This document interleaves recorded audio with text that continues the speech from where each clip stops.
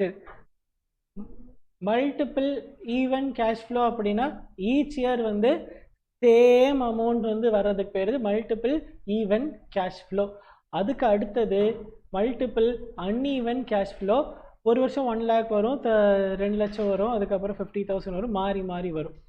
இப்போது ஃபஸ்ட்டு சம்மு ஃபார்முலாவில் போட்டுடலாம், செகண்ட் சம்மையும் ஃபார்முலாவில் போட்டுடலாம். எது மல்டிபிள் ஈவன். மல்டிபிள் ஈவனுக்கு என்ன பண்ணுவீங்க, நான் இப்போ கேல்குலேட்டரில் போடலான்னு போட்டு காமிச்சது ஒன்றும் இல்லை, அவன் அதுக்கு தனியாக ஃபார்முலா வச்சுருக்கான் உங்கள் 12th சாப்டரில். அதுக்கு முன்னாடி ஏ இந்த பக்கம் வச்சு பிஏ இந்த பக்கம் வச்சு இன்ட்டு 1 + r/100ன்னு போட்டோமா, அவன் பிக்கே ஒரு ஃபார்முலா வச்சுருக்கான். பி இஸ் ஈக்குவல் டு, அவன் பின்னு சொல்ல மாட்டான், பின்னு சொன்னால் நமக்கு புரிஞ்சிடும். அதனால PV is equal to FV divided by 1 + i to the whole power n அப்படின்னு ஒரு ஃபார்முலா போடுவான். சரி, இந்த ஃபார்முலா அது இந்த பக்கம் கொண்டு வந்து ரிவர்ஸ் பண்ணிவிட்றோம், ஆனால் அது ஒரு தனி ஒரு ஃபார்முலா. அடுத்ததுக்கு அந்த நம்ம ஜிடிஎம் அடித்தோம்ல, அதுக்கு அவன் சமேஷன் வச்சு ஒரு ஃபார்முலா போடுவான். அதுக்கப்புறம் இங்கே வந்தால் இதை ஃபார்முலாவில் போட முடியும், இது ஃபார்மேட்டில் தான் போட முடியும். அதனால வேறு வழியில் எதுவும் கொடுக்கல. இப்போ லாஸ்ட் ஒன்று பர்பச்சுவல். இதை நம்மளால் போட முடியாது, இதை ஃபார்முலாவை தான் நம்ம நான் மேலே இருக்கிற எதுக்கும் ஃபார்முலா இல்லை, இங்கே மட்டும்தான் நான் ஃபார்முலா சொல்கிறேன். இது ஃபார்முலானா பெரிய இதெல்லாம் கிடையாது, டப்புன்னு போட்டுருவோம். மல்டிபிள்னா எண்டே இல்லாதது கிடையாது, ஆனால் எண்டு வந்து நமக்கு தெரியாது, அவ்வளோதான்.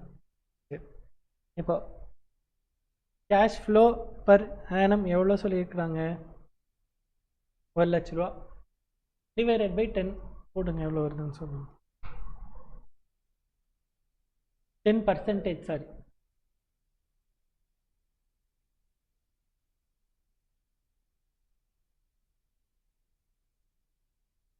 டிவைடட் பை 10% தாண்டா போட்டிங்க.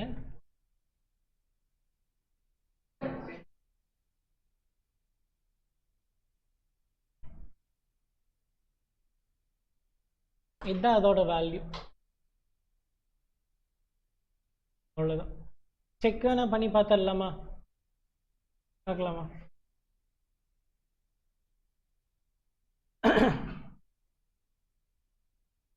ஒன் 2 3 4 5 6 7 வர்ற இது இவ்வளோ பெரிய வேலையெல்லாம் இருக்காது, உங்களுக்கு புரியறதுக்காக தான் நான் எழுதிட்டே போகிறேன், பயப்படாதீங்க.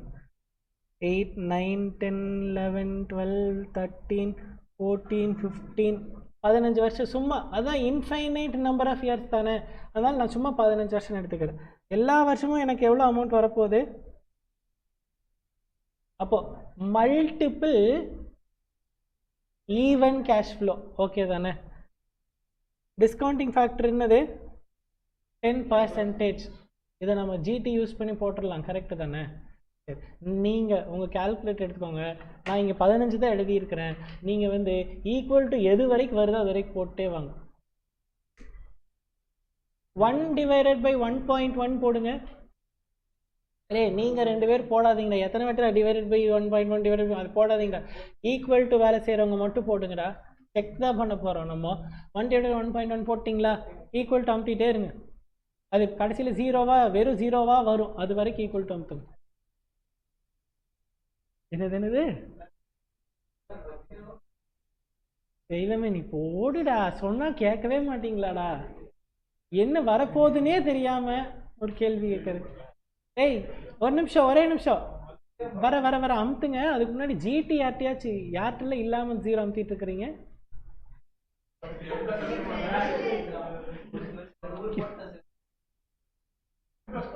ஒன்றுக்கும் M+, ப்ளீஸ்டா, ஒன்று ஜிடி இல்லாதவனும் போடவே போடாதீங்கண்ணா, எதுக்குற 2 வேலை செஞ்சுட்டு இருக்கிறீங்க, செக் தானே பண்ணிட்டு இருக்கோம், விடுங்க. 100 வாட்டி அமுத்தி முடிச்சிட்டிங்களா, ஜிடி இருக்காங்களா 100? சரி போதும் போதும், அமுத்தின வரைக்கும் போதும், ஜிடி அமுத்துங்க. வருதா, இன்ட்டு 1 lakh போடுங்க.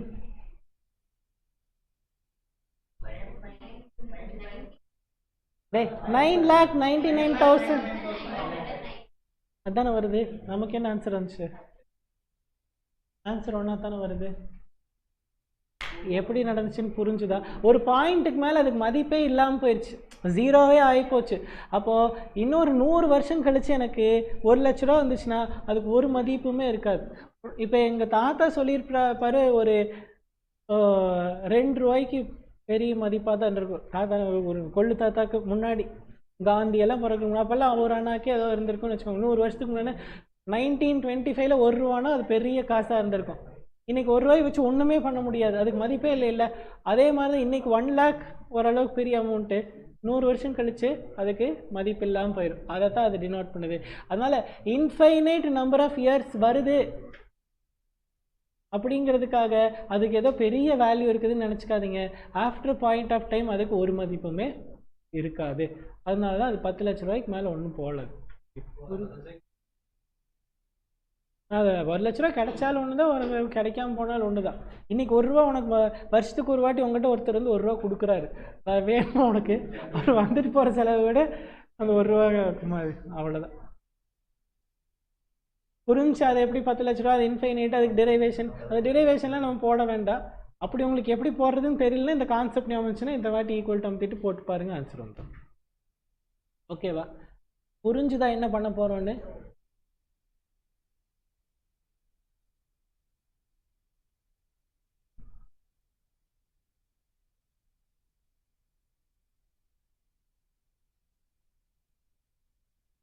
இந்த சம்மை எப்படி போட முடியுமோ, எப்படி தெரியுமோ அப்படி போட்ட ஆன்சர் சொல்லுங்கள்.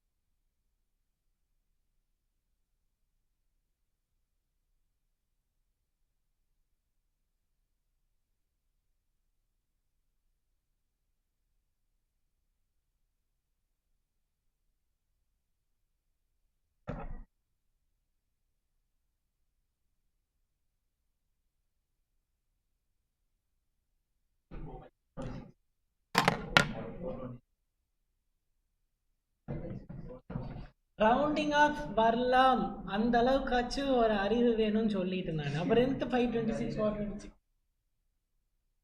வரலாம்டா. அதைத்தானே நானும் சொல்லிட்டு இருக்கேன். அவனுக்கு வந்து ஆன்சர் கிடைக்கும், உனக்கு வந்து அது எதுவே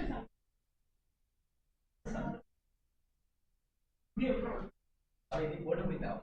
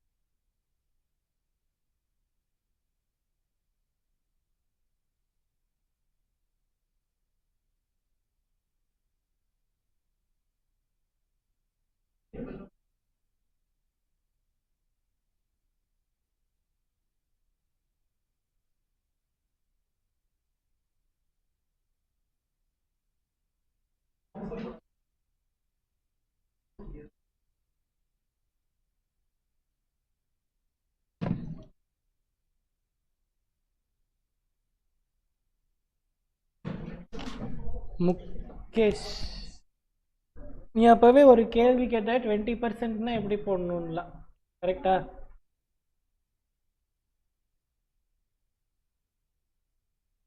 டுவெல் பர்சன்டேஜ்னா 15%னா எதுவாக இருந்தாலும் கீழே 100 கூட அந்த நம்பர் ஆட் பண்ணிக்கோங்க.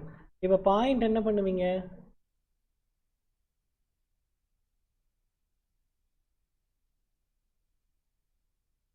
அப்போ 1/1.15, 1/1.12, 1/1.2, 30னா 1/1.3. இதுதான் லாஜிக், ஓகேவா? இப்போ இந்த சம்மில் 5 வருஷம்னு சொல்லிட்டாங்க. 5 வருஷம் கழிச்சு 10 lakh வருது. கவனிங்க, a into 1 a is equal to p into 1 plus r by 100 to the whole power n போட்டு சால்வ் பண்ண வேண்டாம். அது ஃபார்முலாவில் போட்டு சொல்லாதீங்க, எனக்கு வேண்டாது. கவனிங்க, 1 2 3 4 5 1 சாரி 1 divided 1.12 எவ்வளோ வருது? 1.12.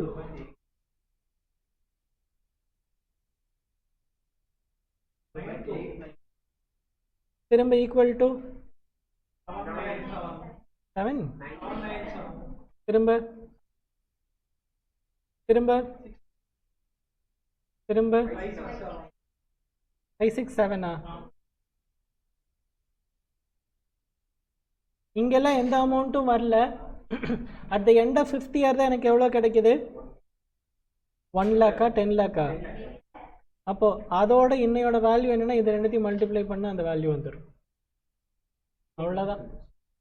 சரி, இதுக்காக கஷ்டப்பட்டு p into 1 plus r by 100 அதை சால்வ் பண்ணி அந்த பக்கம் இருக்கிறது இந்த பக்கம் கொண்டு வந்து போட்டினாலும் இதே 5 வாட்டி நீ பவர் பண்ண தான் போற.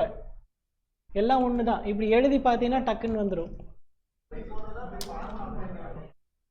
ஃபார்முலா அப்ளை பண்ணி போட்டிங்கன்னா ஃபார்முலாவில் தப்பாச்சுன்னா ஆன்சர் தப்பு. இதில் வந்து எந்த சம்ம கேட்டாலும் இது ஒரு ஃபார்மேட் தான், உனக்கு ஃபார்மேட்டில் சேஞ்சே கிடையாது. அதனால ஃபார்மேட் போட்டு பழகிரு, டக்குன்னு முடிஞ்சிடும்.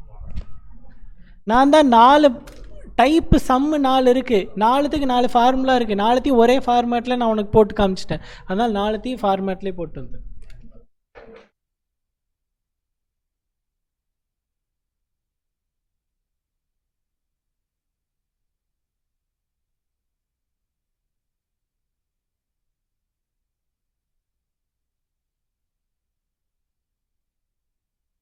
முடிச்சிட்டிங்களா?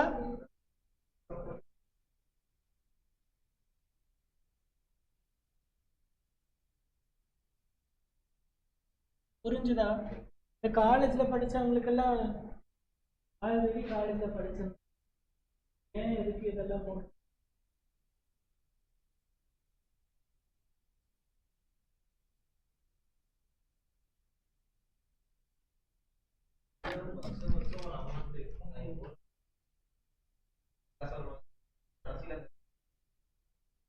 அதெல்லாம் நம்ம பண்ணவே இல்லை. வரண்டா நீ என்ன என்ன என்ன சொன்ன?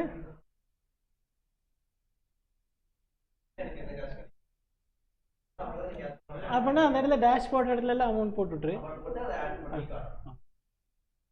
இப்போ இந்த இடத்துல இதெல்லாமே இங்கெல்லாம் 0 0 0 0ன்னு இருக்குது. இங்கேயே ஆட் தான் பண்ண போகிறோம், அங்கெல்லாம் 0வாக இருக்கனால போடலாம். நானே மிஷின்லேருந்து காசு வரும் போகும் அப்படி. நீ ரொம்ப டெக்னிக்கலாக கேட்க. இப்போ வரைக்கும் நம்ம ஒன்று பார்க்கல, beginning of the year end of the year பார்க்கல. இது போக இன்னொன்று பார்க்கல. என்ன பார்க்கல?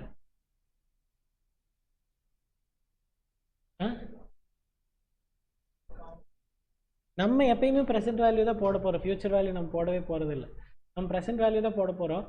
ஒன்று நம்ம பார்க்காதது என்ன அப்படின்னா, beginning of the year end of the year பார்க்கல. நம்ம எல்லாமே எது தான் போட்டிருக்கோம்? எண்ட் ஆஃப் த இயர் தான் போட்டிருக்கோம், பிகினிங் போடவே இல்லை ஃபஸ்ட்டு. அடுத்தது இப்போ நான் 12%. அப்புறம் என்ன பேசுனேன்னே தெரியலன்னு சொல்லக்கூடாது. முதல்ல பேசலாம், கவனி, நோட் அப்புறம் எழுதிக்கலாம். ஆன்சர் வேலைனா போதுடா, அப்புறம் பார்த்துக்கலாம்டா, ஏன்டா டென்ஷன் ஆக? கவனிடா, இந்த முடிவுக்கு வா. நம்ம என்ன பார்க்கல? பிகினிங் ஆஃப் த இயர் பார்க்கல. நம்ம என்னதான் பார்த்துருக்கோம்? கன்ஃபியூஸ் ஆகிடக்கூடாது. நாளைக்கு பிகினிங் ஆஃப் த இயர் போடும்போது கொஞ்சம் ஏதாவது மாற்றுவேன், அப்போ வந்து நீ அப்போவே அப்படி போட்டியே அப்படின்னு கேட்கக்கூடாது. இப்போ அடுத்தது நம்ம ரேட்டு ஒரு ரேட்டு தான் எடுத்திருக்கோம். எந்த ரேட்டு? R12. அந்த 12ங்கிறது என்னது? அதுக்குள்ளே 2 காம்பனண்ட் இருக்குது. என்ன காம்பனண்ட்டு? Risk return. 2 சேர்ந்து இருக்கா பிரிஞ்சு? அதாவது இல்லை, ஒரு ரேட்டு தான் அதுக்குள்ளே இருக்கா இப்போதைக்கு 2மே உள்ளே இருக்குது. அப்போது இனிமேல் என்ன வரலாம்? அவன் 2 ரேட்டு தனித்தனியாக கொடுக்கலாம், நம்ம அதையே சேர்த்தி போடணும் ஃபஸ்ட்டு. சரி, இப்போதைக்கு ஆடுன்னு ஞாபகம் வச்சுக்கோ, சரியா? அவனை இப்போ தான் உட்கார வச்சு அடுத்தது ரீவர்ஸ். அடுத்தது முக்கியமாக நம்ம இன்னொன்று பார்க்கல, அது என்னென்னா ப்ராபபிலிட்டி பார்க்கல. என்னது? இப்போ வரைக்கும் 2 வருஷம் கழிச்சு 1 லட்ச ரூபா வரும், 3 வருஷம் கழிச்சு 10 லட்ச ரூபா வரும்னு போட்டுக்கிட்டு இருக்கோம். அன்ஈவன் கேஷ் ஃப்ளோ போட்டோமா, அதில் ஒரு வருஷம் ஒரு அமௌண்ட் போட்டிருக்கோம். ஆனால் அந்த அமௌண்ட்டு தான் வருங்கிறதுக்கு என்ன கேரண்டி? அது இல்லை. அப்போ அடுத்ததுலேருந்து என்ன போடலாம் இனிமேல்? நம்ம உங்கள் புக்கில் என்ன சம் இருக்குன்னா அதில் இப்போ ப்ராபபிலிட்டி போடுவேன். அதுக்கப்புறமா நீ அதை வந்து ப்ரெசென்ட் வேல்யூ ஃபேக்டரால் மல்டிப்ளை பண்ண வேண்டி வரலாம். அந்த ப்ரெசென்ட் வேல்யூக்கு டைரெக்டாக உனக்கு அந்த டிஸ்கவுண்டிங் பர்சன்டேஜை கொடுக்காம இன்ஃப்ளேஷன் ரேட்டை தனியாகவும் ரிஸ்க் பர்சன்டேஜை தனியாகவும் கொடுக்கலாம். புரிஞ்சா என்ன பேசிக்கிட்டு இருக்கன்ட்டு? அப்போ அதெல்லாத்தையும் நீ கரெக்டாக கொஸ்டினில் படித்து எதை எங்கெங்கே எடுக்கணும், எதுக்காக அதெல்லாம் ஆட் பண்ணுறோம், இதை ஏன் தனியாக ப்ராபபிலிட்டியை மல்டிப்ளை பண்ணுறோம், அதுக்கப்புறம் ஏன் பிவி ஃபேக்டரை மல்டிப்ளை பண்ணுறோம், எல்லாமே உங்களுக்கு தெரிஞ்சிருக்கணும். ஏன்ப்பா ஃபஸ்ட்டு ப்ராபபிலிட்டி போடுறோம்? வருமாங்கிற கேரண்டி நமக்கு இல்லை. அன்ஈவன் கேஷ் ஃப்ளோ எடுத்துக்கலாம்.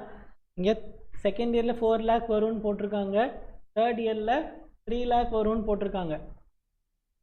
இதில் ப்ராபபிலிட்டி எப்படி இருக்கும்? இங்கே வந்து 90% ப்ராபபிலிட்டி இருக்கலாம், இங்கே வந்து 70% ப்ராபபிலிட்டி இருக்கலாம், இங்கே 60% ப்ராபபிலிட்டி இருக்கலாம். அப்போ என்னோடய வேல்யூவே என்னவா மாறிடும்? முதல்ல 90,000, இங்கே 7 into 4 2,80,000,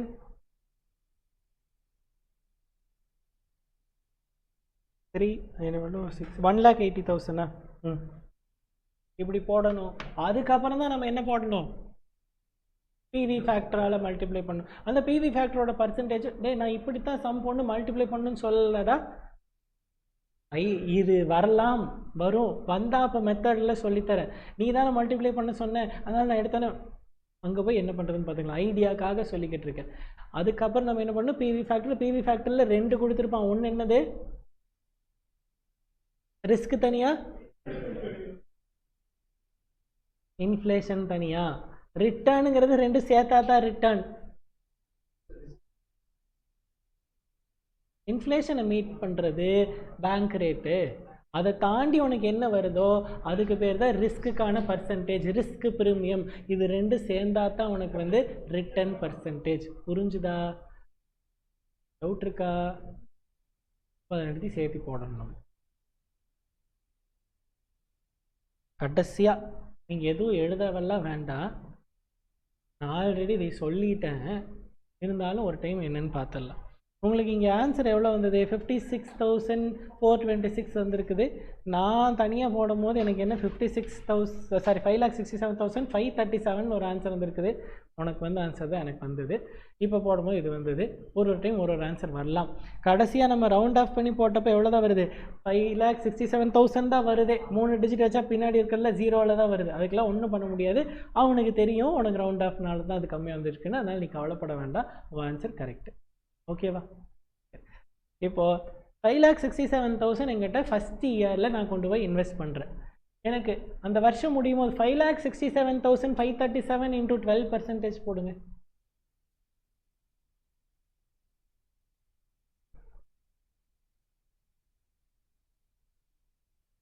₹68,104 இன்ட்ரெஸ்ட் வந்திருக்கும்.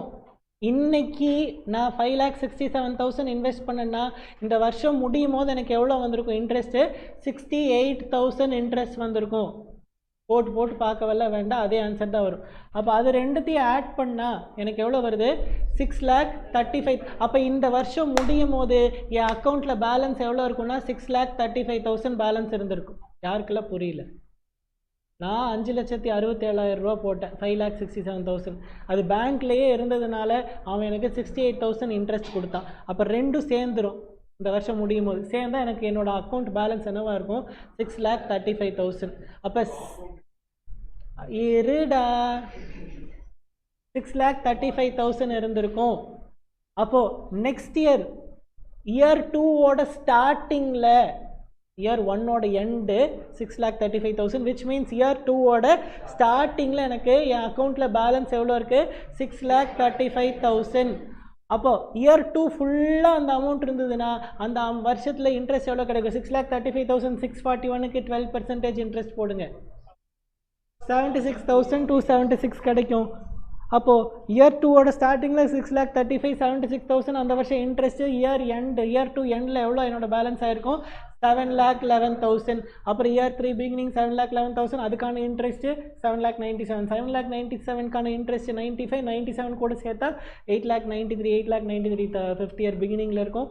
அங்கே 1 lakh இன்ட்ரெஸ்ட் வரும். டோட்டலாக 10 lakh வேல்யூவாக மாறிடும்.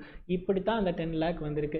இதுக்கு பேர் தான் என்னது அவன் சொன்ன மாதிரி காம்பவுண்ட் இன்ட்ரெஸ்ட். சிம்பிள் இன்ட்ரெஸ்ட் போட்டிருந்தோம்னா இந்த பிரின்சிபல் அமௌண்ட் எல்லா வருஷமும் என்னவாகவே இருந்திருக்கும்? 5,67,000 இருந்திருக்கும். காம்பவுண்ட் இன்ட்ரெஸ்ட் போட்டதுனால அதுக்கு இன்ட்ரெஸ்ட்டுக்கும் சேர்த்து இன்ட்ரெஸ்ட் பே பண்ணிக்கிட்டு கால்குலேட் பண்ணிக்கிட்டே வரும். இங்கே பார்த்தீங்கன்னா 6,35,000ங்கிறதுல 68,000 இன்ட்ரெஸ்ட் போர்ஷன் இருக்கா? அதுக்கும் சேர்த்து தானே அடுத்த வருஷம் இன்ட்ரெஸ்ட் கால்குலேட் பண்ணுறோம். அப்போ இன்ட்ரெஸ்ட்டுக்கும் இன்ட்ரெஸ்ட் கால்குலேட் பண்ணுறது தான் காம்பவுண்ட் இன்ட்ரெஸ்ட்டோட கான்செப்ட். அதுக்கான ரிவர்ஸ் கால்குலேஷன் போட்டு டிரைவ் பண்ணி வச்சது தான் இந்த வேல்யூ. வேறு எதுவும் புரிஞ்சா? எல்லாமே கிளம்பிக்கலாம். நாளைக்கு என்ன பண்ண போகிற? அங்கே கொஞ்சம் கொஞ்சமாக புரிஞ்சா? நாளைக்கா புரிஞ்சிடும்.